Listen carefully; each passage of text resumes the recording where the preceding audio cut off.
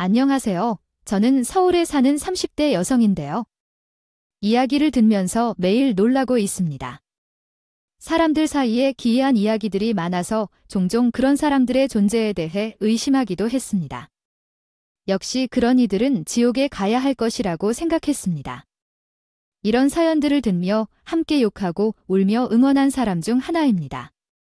실제로 제게도 시원하고 상쾌한 이야기가 있지만 아직까지 누구에게 말하지 못했습니다. 왜냐하면 여전히 사람들의 인식이 이중임을 알기 때문입니다.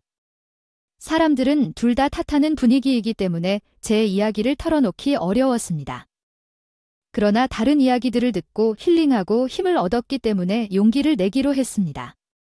제가 전 남편과 똑같을까요? 여러분이 판단해 주시고 제가 잘못한 점이 있다면 지적해 주시고 동감하는 분이 계시다면 공감해 주길 바랍니다. 저는 5년 동안 연애를 한 뒤 결혼했는데 결혼 후 새로운 사실을 알아냈습니다. 남편의 부모님은 아들에게 별로 신경 쓰지 않았지만 결혼 후에는 아들을 아주 소중히 여기시는 모양입니다.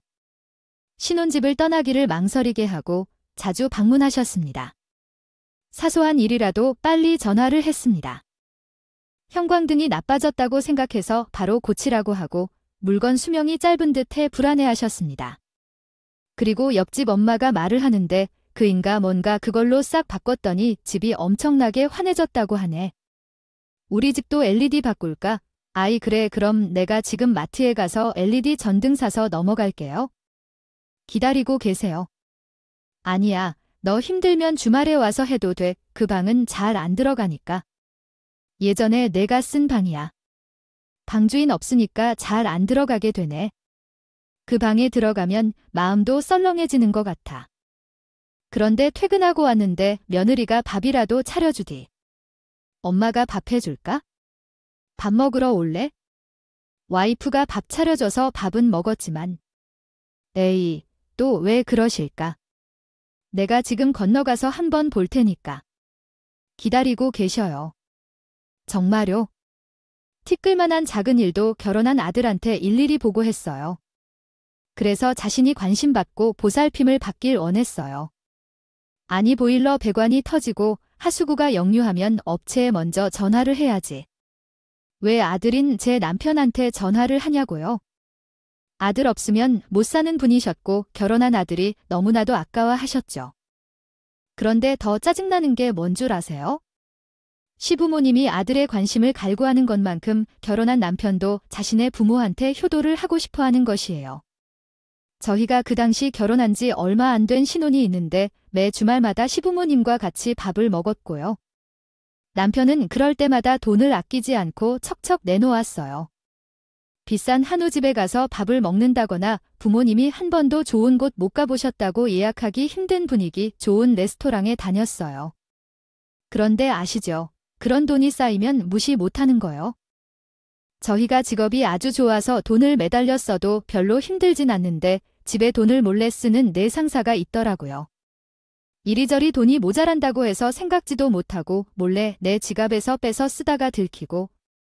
이게 뭐랄까? 창피하고 민망함. 지금은 음력 명절이잖아요. 제 수입이 희박해져 있는데 전부 다 혼자 부담하다 보니까 내 입장에서 봐도 말짱 괜찮아요. 하지만 이게 얼마나 힘든지 아시죠? 생각나면 나 걱정이 많았어요. 생각이나 많거든요. 있을 데 없이 말을 멈추기 전에요. 내 사업은 난 어떤 영향을 느끼나 내 아이의 마음을 얼마나 싹 감겼나 어쨌든 나비 효과를 잘 살펴보세요. 결국 지나가는 우리의 말동무입니다. 수천만 원씩 벌면서 말도 안 해요. 흔한 월급쟁이가 있고 집은 반 이상이 대출 중입니다. 그들은 자신의 부모를 아끼지 않는다고 말해요. 그렇다면 왜 결혼했냐고 묻는데 두 사람은 사귀만 한 상황이래요. 그런데 시어머니도 뻔뻔하게 남편에게 요구를 합니다. 아들아, 세상에 김치 냉장고가 고장 났어. 난 그런 줄도 몰랐는데 며칠 동안 열어보지 않았지. 거기에 있던 김치, 고기, 생선 등이 다 상했어. 다 버렸다. 이를 어쩌지? 엄마는 김치 냉장고를 사줄 수 있어. 지금 가자. 내가 가서 지금 사줄게. 김치 냉장고 없으면 불편해. 지금도 사도 며칠 있다가 올 텐데. 우리가 가야 돼, 그럴까? 어디로 갈까? 백화점 갈까? 하긴 맞아. 김치 냉장고 없으면 불편하니까. 아들이 사준다고 할 때 얼른 사야지. 결혼 후 시어머니는 가전제품들을 바꿨고 남편이 모두 사줬습니다. 저는 화가 나서 많이 싸웠어요. 당신, 나와 얘기 좀 해줘. 어떻게 이렇게 비싼 것들을 다 사? 형님께 얘기해 돈 좀 보태라고 해. 어떻게 그래? 이미 내 카드로 다 결제했고 이미 지난 일인데 왜 지금서야 다르게 말해? 그리고 엄마는 아들이 사줬다고 자랑하는데 어떻게 누나에게 돈을 달라고 해? 우리는 부자야. 당신은 돈을 많이 벌어. 당신의 월급은 얼마니? 우리 집은 수억이에요. 그리고 그 모든 것을 다 다른 사람의 돈으로 하는 것도. 카드값이 매달 마이너스야. 형님도 같은 자식이니까 보태야지. 작은 돈에 연연해 하지 마. 엄마가 나중에 돌아가시면 우리한테만 준다고 했잖아. 접근 붙는다는 셈 치자. 무슨 재산 어머님이 무슨 돈이 있어? 집도 없어서 전세 사시는데? 그래, 재산이 있다고 하자. 그 재산 금방 우리 재산이 돼. 어머님 아버님이 오늘 내일 아프시니까 그런 것도 아니잖아. 아무래도 자식의 방면으로 생각하는 것 같네. 절대로 희생해서는 안 돼. 시댁에 들어가는 돈 형님과 반반해야 해. 시부모님이 재산이 많으면 말도 안 해요. 결혼할 때 요구하는 사람들이 있지? 아, 촛불도 없는 집에서 많은 돈이 되나? 어머님이 으스스해서 한 번 근거 없이 말한 적 있어? 어머님. 그 돈은 평소에 다 쓰고 가세요. 너는 아들 없어서 모르는 거야? 내가 아들이 없어서 그렇지. 아들한테 물려주고 싶어. 너의 부양에 돈을 아들한테 쓰니까 아끼세요. 그 돈을 어머님 돈으로 쓰세요. 심덕 없는 성격이지만 참고 살아. 웃으면서 당신이 선택한 길로. 상당히 아름다운 바이러스와 분노. 당신들은 돈을 벌고 아들도 돈을 버는데 왜 매달이 마이너스인가요? 너가 돈 관리를 했다고 하는데 어떻게 해서 매달이 마이너스가 되었나요? 둘을 합치면 월급도 상당히 많이 나올 텐데 그러니까 의미가 있어요. 우리가 번 돈을 우리만의 생활에 사용하면 충분할 거예요. 그런데 왜 엄마는 지금 엄마의 집을 전부 바꾸시고 외식비를 많이 하시나요? 그 돈들을 무시해서 마이너스가 됐던 거예요. 우리도 걱정이에요. 나는 너희보다 더 어려운 시기를 살았지만 한 번도 마이너스가 된 적은 없었어. 이건 돈 관리를 못하는 너에게 문제가 있는 거 아니냐? 계산을 어떻게 했길래 마이너스가 된 건데 우리 아들이 얼마 벌고 있는지도 명확히 알 것뿐이잖아. 그럼에도 불구하고 마이너스라는 건 너에게 문제가 있어? 확인해봐야 해. 나는 엄마보다 더 잘 벌어. 그러나도 마이너스예요. 엄마는 계산을 다시 해보세요. 왜 우리가 마이너스인지에 대해 생각해보세요. 시댁 때문에 매달 마이너스라고 하는데 그 탓을 저에게 돌리고 있어?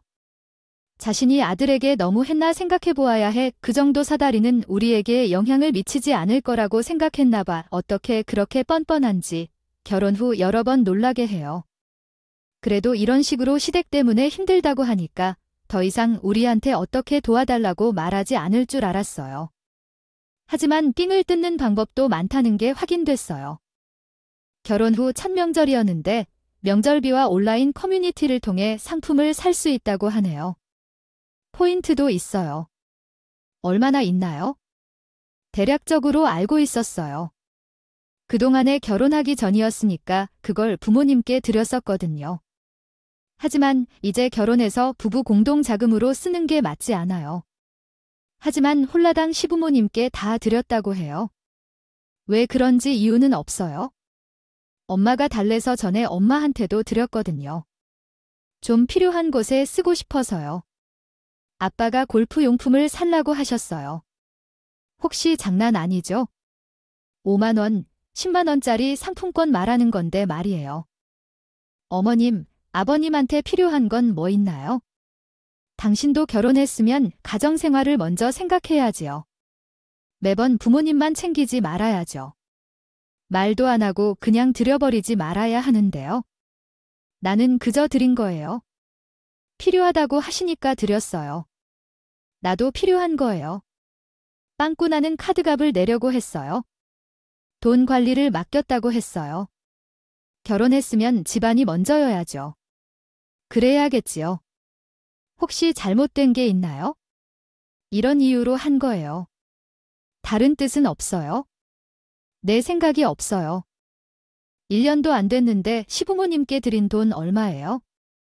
솔직히 당신 엄마한테 5만 원짜리 식사나 과일 사드린 적 있나요? 아니, 이런 말 안 해도 돼요? 그날은요. 너무 화가 나서 제가 남편에게 매달려서 싸우고 엄청 많이 싸웠어요. 남편이 정신을 차리라면 말이지. 그래서 정신교육을 받게 되었고 앞으로는 결코 이런 짓을 하지 않겠다는 서약을 받았어요. 게다가 만약 그러면 시댁을 털어버릴 거라고도 했습니다. 속는 척해서 남편을 한 번 더 믿어보기로 했죠. 그러나 사람이 쉽게 변하지 않는다는 말이 정말로 맞는다는 걸 깨달았어요. 새끼는 뇌가 있는 건지 없는 건지 똑같은 실수를 반복했습니다. 새해가 시작된 지 얼마 안 됐을 때였어요. 시부모님께서는 항상 새해를 맞이하면 건강검진을 받으셨대요. 그때도 남편이 건강검진을 받으려고 한다고 했었죠. 그것도 일반적인 병원이 아니라 좋은 종합병원에서 비싼 건강검진을 받았다고 하더라고요. 그리고 우리 아버님이 대머리라고 밝혔는데 가발까지 샀다고 하더라고요. 어머님에게는 명품 가방까지 선물했다는데 전 모르고 있었죠. 2개월 뒤 카드 내역을 확인하다가 알게 되었어요. 12개월 할부로 돈을 다는 게 내내 건강검진 때문인 줄 알았나 봐요. 나가는 돈이 조금씩이면 할부로 낼 수 있다고 생각했거든요. 그러니 모르고 지냈는데 말이죠. 이번엔 남편이 다시 똑같은 짓을 했어요. 이러다가 각서를 썼다는 것은 잊으세요. 어떻게 똑같은 실수를 또 할 수 있을까요? 제 실수를 알아봤나요? 아니, 잊어버렸나요? 제가 어떻게 그렇게 속을 수 있었을까요? 제 엄마와 아빠의 건강검진은 매년 예약해 주었고 아빠의 가발도 해주었기 때문에 다시 해야 했어요. 엄마는 친구들 중에서만 명품 가방이 없다는 걸 알았는데 어떻게 모른 척 했을까요? 엄마, 아빠야. 일을 해서 그것 역시 힘들어요. 그런데 우리는 서로 도와가는 가족이니까요. 그렇기 때문에 상황을 이해하고 협력하는 것이 중요합니다. 함께 문제를 해결하고 서로에게 이해와 배려를 베풀면 가족관계가 더욱 강화될 수 있습니다. 함께 어려움을 이겨낼 수 있도록 노력하면서 서로를 위로하고 격려해주는 것이 중요합니다. 각오 다지고 가족으로서의 역할을 다하며 함께 힘을 모아 나가는 게 좋겠네요. 함께 힘내봅시다. 자식이 있어 당연히 형님이 혼란스러워할 것이라 생각해요. 갑자기 모르는 돈을 쓰고 나서 돈을 요구받으면 얼마나 허무할까요? 상의 없이 쓴 돈을 요구받으면 어떻게 드려야 할까요? 제게 그런 것을 남편이 요구했어요. 우리는 어머님 가전제품을 모두 바꿔주었고 외식할 때마다 비싼 식사를 했어요. 그럼에도 형님에게 한 번도 달한 적이 없었어요. 우리도 돈을 많이 벌지 않는 직업이라 형님도 아실 것이라 생각해요. 남편은 자식을 존중해주는 도리로 살려주었다고 했지만 한 번만 더 상의 없이 실수하면 시댁을 뒤집고 형님께 청구할 거라고 하더군요. 제가 참으면 호구일 것 같아요. 질타는 남편에게 해야겠죠. 돈의 반을 넘겨주세요. 형님이 주지 않는다면 어머님에게 전화 걸 거예요. 제가 그걸 동의한 적이나 상의한 적도 없으니 돈을 줄 의무가 없다고 생각해요. 엄마에게서 돈을 받아야겠네요. 제가 동의 없이 남편이 일을 저질렀고 형님도 돈을 주지 않는다면 엄마에게서 받아야겠어요. 이런 상황에 대해서 협의를 하지 않았다면 그냥 전화해서 돈을 받아야겠네요. 제가 찬성하지 않았고 돈을 주기 싫다면 어머님에게 전화해서 받아야겠네요. 그리고 그 이후로 요구하는 것이 적어졌어요. 잠시 조용히 지내시 돼요. 외식하러 가자나 뭐 사오게 할 곳을 말하시는 말은 전혀 없으시며 어머님도 느꼈을 것입니다. 앞으로 무리하게 무엇을 사오도록 요청하면 며느리가 대판 싸울 것이라 피곤한 일을 만들지 말아야 한다는 것이에요. 일부러 나를 피하는 것이 느껴졌어요. 오히려 제게는 정말 좋았죠. 우리 집에 마음대로 찾아오지 않고 쓸데없는 전화가 오지 않아서 너무 좋았어요. 모든 것을 남편에게 전화해서 하니까 편해져서 좋았고요. 물론 꼴배기는 싫었지만 그런데 우리 친정 엄마로부터 나쁜 소식이 들려왔어요. 엄마가 나쁜 목소리로 전화했어요. 말을 할까 말까 고민하다 결국 말했어요. 이 엄마야 서울에 올라와 있어? 지금 병원이야. 이틀 전부터 2번에 있는데 뭐야 2번? 엄마 아파? 어디 아파? 어디가 아파? 지금 가야 돼. 아니야, 내가 올 필요 없어. 지금 내 아빠 곁에 있고? 지금은 괜찮아. 나중에 수술할 때 와. 뭐 수술도 해야 하나요? 무슨 일이야? 아니야. 서울에 올라와 있으면 나한테 말해야지. 진작에 전화 안 하고. 너 신경 쓸까봐 그랬지? 너들 신혼인데 이런 우중충한 이야기하면 기분이 괜히 깔아앉잖아. 우리 친정은 경기도 외곽이에요. 서울에서도 2시간에 가야 해요. 결혼한 뒤로 솔직히 자주 뵙지 못했죠. 부모님과는 다르게 우리 엄마는 잘 말하지는 않는 성격이에요. 큰일이 있으면 제가 큰딸이니 말할 만도 한데 한참 뒤에 말하는 편이에요. 그게 서운하기도 하고 미안하기도 해요. 저가 엄마를 살을 제대로 들여다봐야 했는데 그러지 못했어요. 엄마 전화를 받고 곧장 병원에 간 것이었어요. 허리가 계속 안 좋았어요. 어느 날 미끄러져 넘어지고 나니 하반신 마비가 왔어요. 병원에 가니 디스크가 터져버리고 뼈가 주저앉았다고 했어요. 그래서 하반신 마비가 온 거래요. 이건 수술을 해야 한다고 했고 인공 디스크를 삽입해야 한다고 했어요. 얼마나 아프고 놀랐어요. 나한테 바로 전화해야지. 아니, 내가 그렇게 믿음직스럽지 못해. 그런 건 아닌 거잖아요. 수술은 내일이니까 오늘은 돌아가고 내일 밤에 와야 했고 수술도 한참 걸렸는데 다음 날 월차를 쓰고 병원에 있었어요. 수술은 상당히 오랜 시간이 걸렸고 다행히 수술이 잘 되었어요. 며칠간 병원으로 퇴근해서 엄마의 병원비를 했고요. 일주일이 지났고 상당히 괜찮게 회복이 되어서 걸어서 퇴원할 수 있을 정도였어요. 병원에서 퇴원을 하라고 해서 퇴원 날짜를 잡았는데 아빠가 따로 저를 불렀어요. 병원에서 퇴원을 하라고 하는데 우리가 보험 들어놓은 것도 없고 지금 돈이 다 묶여 있어서 당장 현금으로 치를 수가 없었어요. 병원비가 1,000만 원이 넘더라고요. 그 돈을 마련해 봤는데도 구하지 못했고 내가 먼저 500을 주면 아빠가 다음 달에 갚을게 하고 했어요. 알겠어요. 내일 은행 가서 보내고 점심시간 전까지 입금해 드릴게요. 나는 그대로 집에 돌아가서 남편에게 엄마의 병원비 500만 원을 보내야 된다고 했어요. 물론 아빠가 다음 달에 갚아줄 거라고 하고요. 우리가 적금을 남편 통장에 하는 상황이어서 돈을 꺼내려면 남편의 동의가 필요했었어요. 다행히 1년 동안 미리 대비해 놓은 금액이 있어서 문제를 해결할 수 있었어요. 예치금을 남겨두어서 자유롭게 출금할 수 있는 상황이었어요. 남편이 폰뱅킹을 통해 송금해주기만 하면 되는 상황이었습니다. 쉽게 일이 처리될 줄 알았는데 남편이 의외로 말을 해왔죠. 자기야, 좀 그렇다. 우리 부모님들이 돈은 그렇게 난리 법석을 쳐서 받아냈으면서 어머님 병원비는 너무 당당하게 요구하는 거 아니야? 나 좀 기분이 안 좋아. 아니, 엄마가 드리는 게 아니라 아빠가 다음 달에 갚아준대. 일단 500만 원 빌려주는 거야? 앞으로 무슨 일이 일어날지는 모르는 거지? 안 갚아줄지 어떻게 알아? 나한테 이러지 말고 효도는 각자 번 돈으로 하자. 그게 낫겠어. 뭐? 각자 번 돈으로 하자고? 그동안 시댁에 쓴 돈이 얼마냐? 이제 와서 이러는 거야? 그거 자꾸 지나간 일 좀 들쑤시지 마라. 자기도 그랬잖아. 다 같은 자식인데 다른 형한테도 밥 못해라고 하라고. 당신이 그래서 우리 누나한테 전화했었잖아. 내가 그때 얼마나 시달렸는지 알아? 당신도 똑같이 동생한테 반 보내라 해. 그럼 되겠네? 자기, 지금 내가 전에 난리친 거에 대해서 앙금이 남아있구나. 아우아이 좀 생아아. 대학생인 내 동생이 용돈 받으면서 학교 다니는데 무슨 돈이 있겠니? 알면서도 그런 소리가 나와. 뭐? 각자 효도 그래? 알겠어. 내가 그 돈 아니면 돌아볼 데가 없는 줄 알아?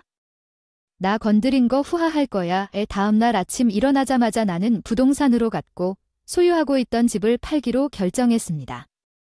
그때는 부동산 시장이 번영하던 시기였죠. 계약금을 거는 사람이 됐습니다. 그 시대는 그런 이야기였어요.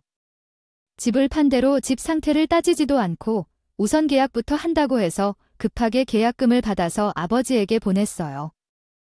아버지가 돈을 보냈고 그 돈을 어머니의 병원 비용으로 사용해 주세요. 이 돈은 제 돈이니까 다시 주실 필요 없어요. 아니야, 이렇게 큰 돈을 받으면 어떻게 부담할 수 있어? 그리고 이렇게 큰 돈을 받는 것도 아니야?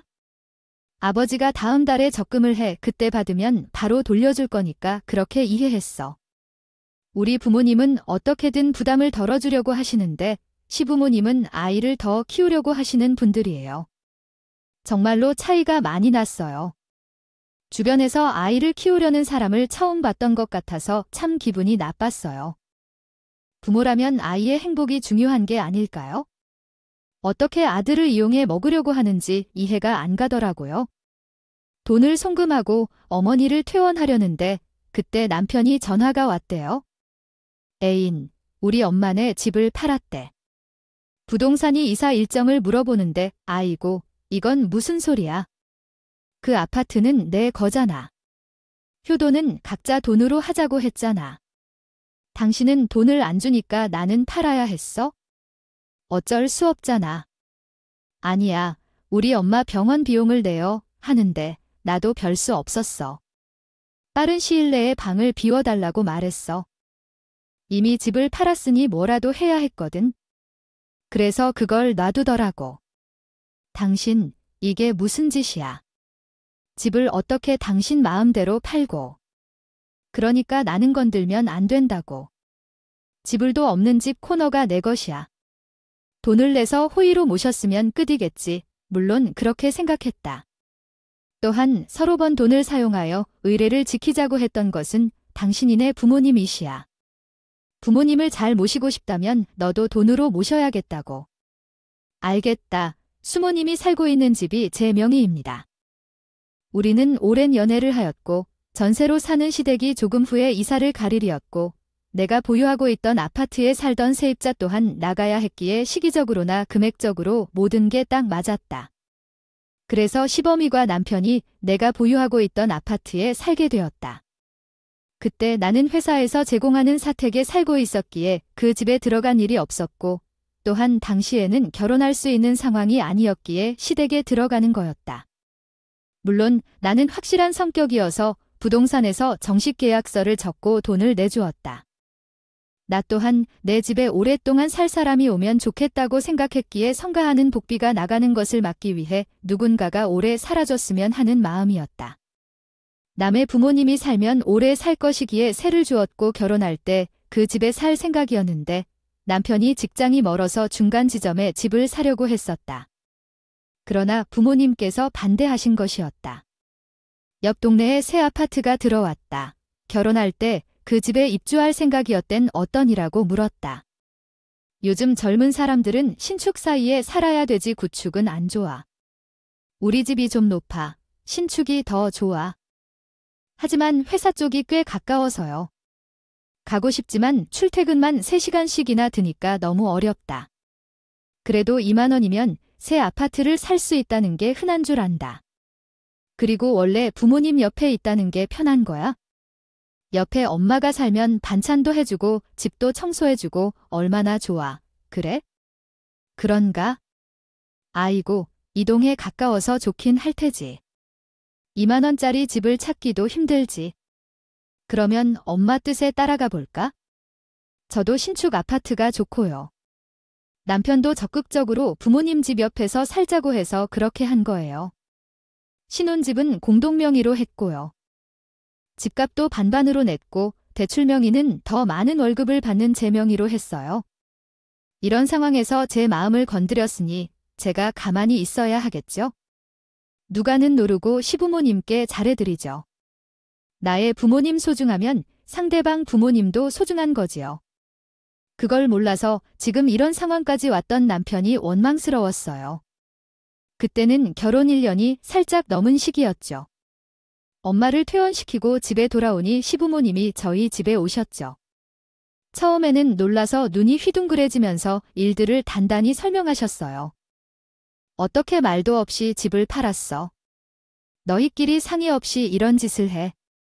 아, 당장 어디 가서 살라고 하네, 어머님. 황당하셔요.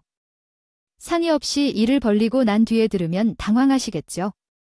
저 역시 마찬가지예요. 어머님 아버지가 날고 제 남편에게 이것저것을 사느라 상의도 없이 했다네요. 언제나 달라고 하고 부담은 저한테 다 넘어왔을 때 얼마나 황당해하는지 제게 물어보세요. 지금 이 상황도 마찬가지예요. 어떻게 사람이 이럴 수가 있을까요? 내가 사람이라고? 내가 아니라고 말하고 싶네요. 어떻게 시어머니를 길거리에 앉힐 수 있을까요? 마찬가지예요. 아버님께서 우리 엄마에게 병원비를 안 줘서 퇴원조차 못했답니다. 전 병원비를 달라는 게 아니었어요. 500만 원을 빌려달라고 했는데 남편이 주지 않았어요.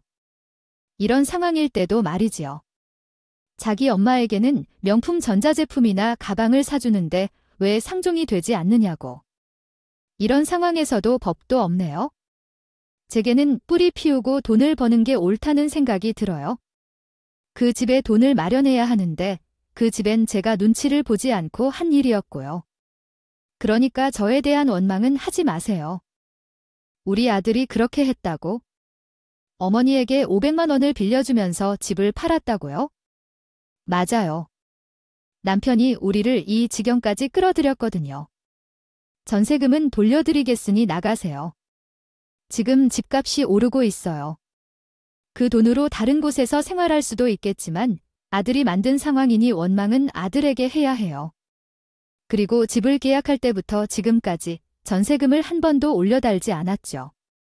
전 할 일은 다 했다고 생각합니다. 요즘에는 어떻게 집을 구해야 하는지, 특히 전세는 더 이상 나오지 않아요. 만약 계약을 파기하면 안 될까요? 파기한다면 계약금은 어떻게 되는 거죠? 더블로 돈을 줘야 하는데 그 돈을 주시면 계약 파기하겠어요. 그게 아니라면 나도 어쩔 수 없어요. 나도 돈이 없어서 그거야 한 거라서요. 아, 누가 돈을 통해줬으면 좋았을 텐데 말이에요. 시어머니는 아들이 한 짓니까 별말이 없었어요. 아니, 못했죠. 그래서 여기서 더 비판하자면 자기 아들이 경호 없는 게 더 부각되는데 말을 아껴야지. 그때부터 나도 엄청 엄격하게 시어머니 집에 대해요. 나는 시어머니 집에 아무 돈도 지원하지 않았어요. 왜냐면 효도는 서로 돈으로 하는 거라고 남편이 말해줬거든요. 그래서 우리는 각자의 돈을 각자 관리하기로 결정했어요. 그때까지는 월급을 하나의 통장에 넣어놓고 카드값이나 생활비, 공과금 등이 나가게 만들어 놓았는데요. 월급을 모으지 않고 각자 관리하고 카드도 각자 써왔으니 각자의 월급에서 나오게 했습니다. 생활비만 일정 금액을 공통 통장에 넣어서 사용했고요. 그렇게 하니까 스트레스가 없어졌어요. 진작에 이렇게 했어야 했네요. 우리의 친부모님은 태어난 후에도 병원에 자주 가셔서 내 돈을 조금 넣어 모였어요. 그때부터 정말 엄마를 살피게 되었죠. 내가 엄마를 병원에 데려주고 엄마를 돌볼 때 기쁩니다. 하지만 회사에 가야 하는 날은 어떻게 할 거야? 피곤하지 않아. 엄마 혼자 할 수 있는데 괜찮아. 이제 많이 좋아졌어. 난 괜찮아. 아픈데 어디 혼자 병원에 가야 할까? 딸이 같이 가야지. 그래야지. 그러면서 엄마랑 데이트도 하죠. 이젠 우리 딸이 엄마를 지켜줘요. 나이가 들었나 보았다. 어릴 때부터 어느새 때 이렇게 컸는지 어머니와 데이트하는 기분이 들어서 참 좋다. 고마워. 무슨 말씀이냐? 병원에 갔다가 맛있는 음식을 먹으러 가자. 나는 아주 맛있는 맛집을 예약했어. 알았지? 그래, 함께 가보자. 어머니도 오랫동안 힘들게 살아온 것 같아. 그러나 한 번도 호강해보지 못했어. 그래서 너와 함께 나눠 먹으면서 즐겨보고 싶어. 월급을 분리하여 관리를 하고 나서부터 내 마음대로 돈을 쓸 수 있어서 좋았어. 하지만 시어머니가 무릎이 아파서 치료가 필요한 상황이었어. 돈이 많이 필요했지만 남편은 이미 시부모님께 사드렸던 것을 자신의 카드로 사용했기 때문에 감당할 수 없는 할부금이 쌓였어. 남편을 탓할 수는 없겠지? 본인이 기분 좋게 한 행동의 결과를 받아들여야지. 어쩔 수 없이 신랑도 챙기고 병원에 데리고 가야겠어. 의력이 부족했는지 카드 한도가 초과되어 있더라. 하지만 엄마도 돈을 모은 적이 없을 텐데. 이제서야 생각하니 우리는 생활비를 많이 소비해왔잖아. 엄마도 돈을 모았다면 도움이 될 것 같아.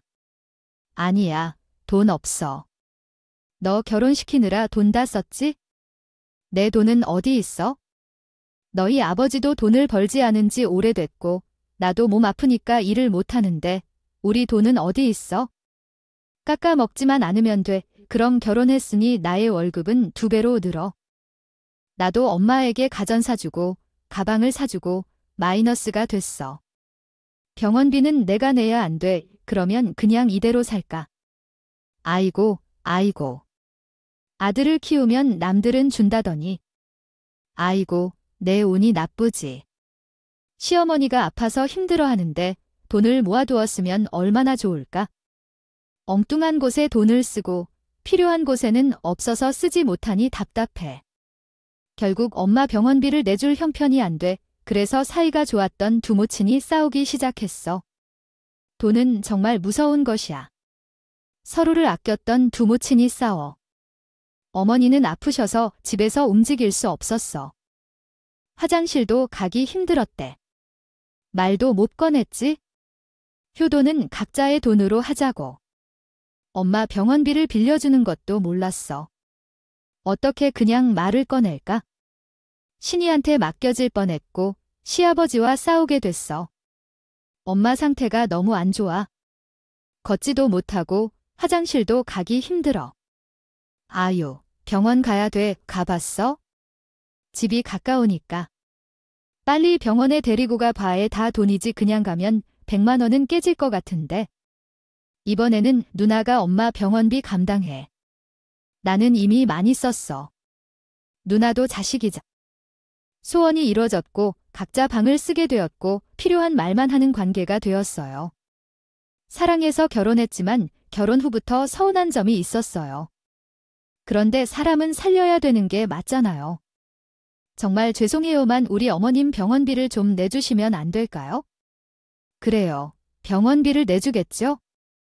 그런데 그냥 주는 건 마음이 안 끌린답니다. 빌려줄게요. 1년 안에 갚아요. 치사하다고 단 100만 원을 빌려주는 거예요. 그런데 시어머니 병원비를 내줄지도 몰라요 말이에요. 돈을 돌려받으려고 그렇게 생각하다니요. 사회는 장모 병원비를 빌려줄 것도 싫어할 수 있어도 며느리가 한 미천한 돈을 맘 털어갈 시어머니한테 돈을 끊임없이 주어야 한다니 무슨 이론인가요? 부모가 소중하면 내 부모도 소중한 거죠. 대원은 받겠지만 도리는 소홀히 하겠다고 말해요. 100만 원을 갚으란 건지요. 100만 원이 없어도 살 수 있어요. 저는 지금 카드 한도를 다 써서 사용할 수 없고 월급이 전부 할인되었다면 돈은 부족합니다.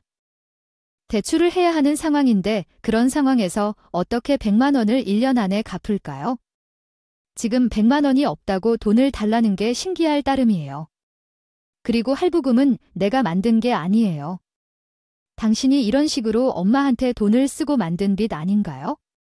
생활비도 몇 달째 못 넣고 있었어요. 근데 자꾸 내 돈을 보지 마세요. 그런데 돈도 없으면서 사람을 무시하지 말라고 하기. 알겠어요. 그럼 먼저 100만 원을. 두 분이 결합하던 중 문제가 발생했을 때 믿음 주셔 시 환불하겠습니다. 당장 해야 하는 거 아니에요? 당연하죠. 여러분이 목록을 누룽. 어째야죠? 게 통용하는 게요. 이를 통해 어떻게 변할지 모르니까. 더 속는 나일 것 가난한 사람도 이런 말하지 아무 돈이 바가지일 때 누구를 소홀히 한치 결국 남편은 이칠. 게 원래발을 다방에서 하는 거세요. 어머님은 다음날 힙신에 왔다고 말했습니다. 돈이 어디에서 왔다는데요? 남편이 그를 빌려줬다고 얘기하니 처음에는 화를 내더니 고속 자기 부여를 깨우니 갓조 전화가 왔어요. 미안하다 말씀이가 나네 결혼하자마자 마음이 들었네 보자 아들이 잡성도 고운 색바로 얻어서 결부하니까. 어떻게 하고 싶으신가요? 제가 돈을 갚아주고 쾌적한 삶을 살 수 있을 거예요. 하지만 제가 미쳤나 봐요. 결혼한 후 시댁 부모님이 남편의 돈으로 살았다는 것에도 놀랐어요. 시댁 부모님을 부양하는 것은 결코 싫을 겁니다. 시댁 부모님이 살던 집을 팔아야겠다고 다짐했어요. 또한 이런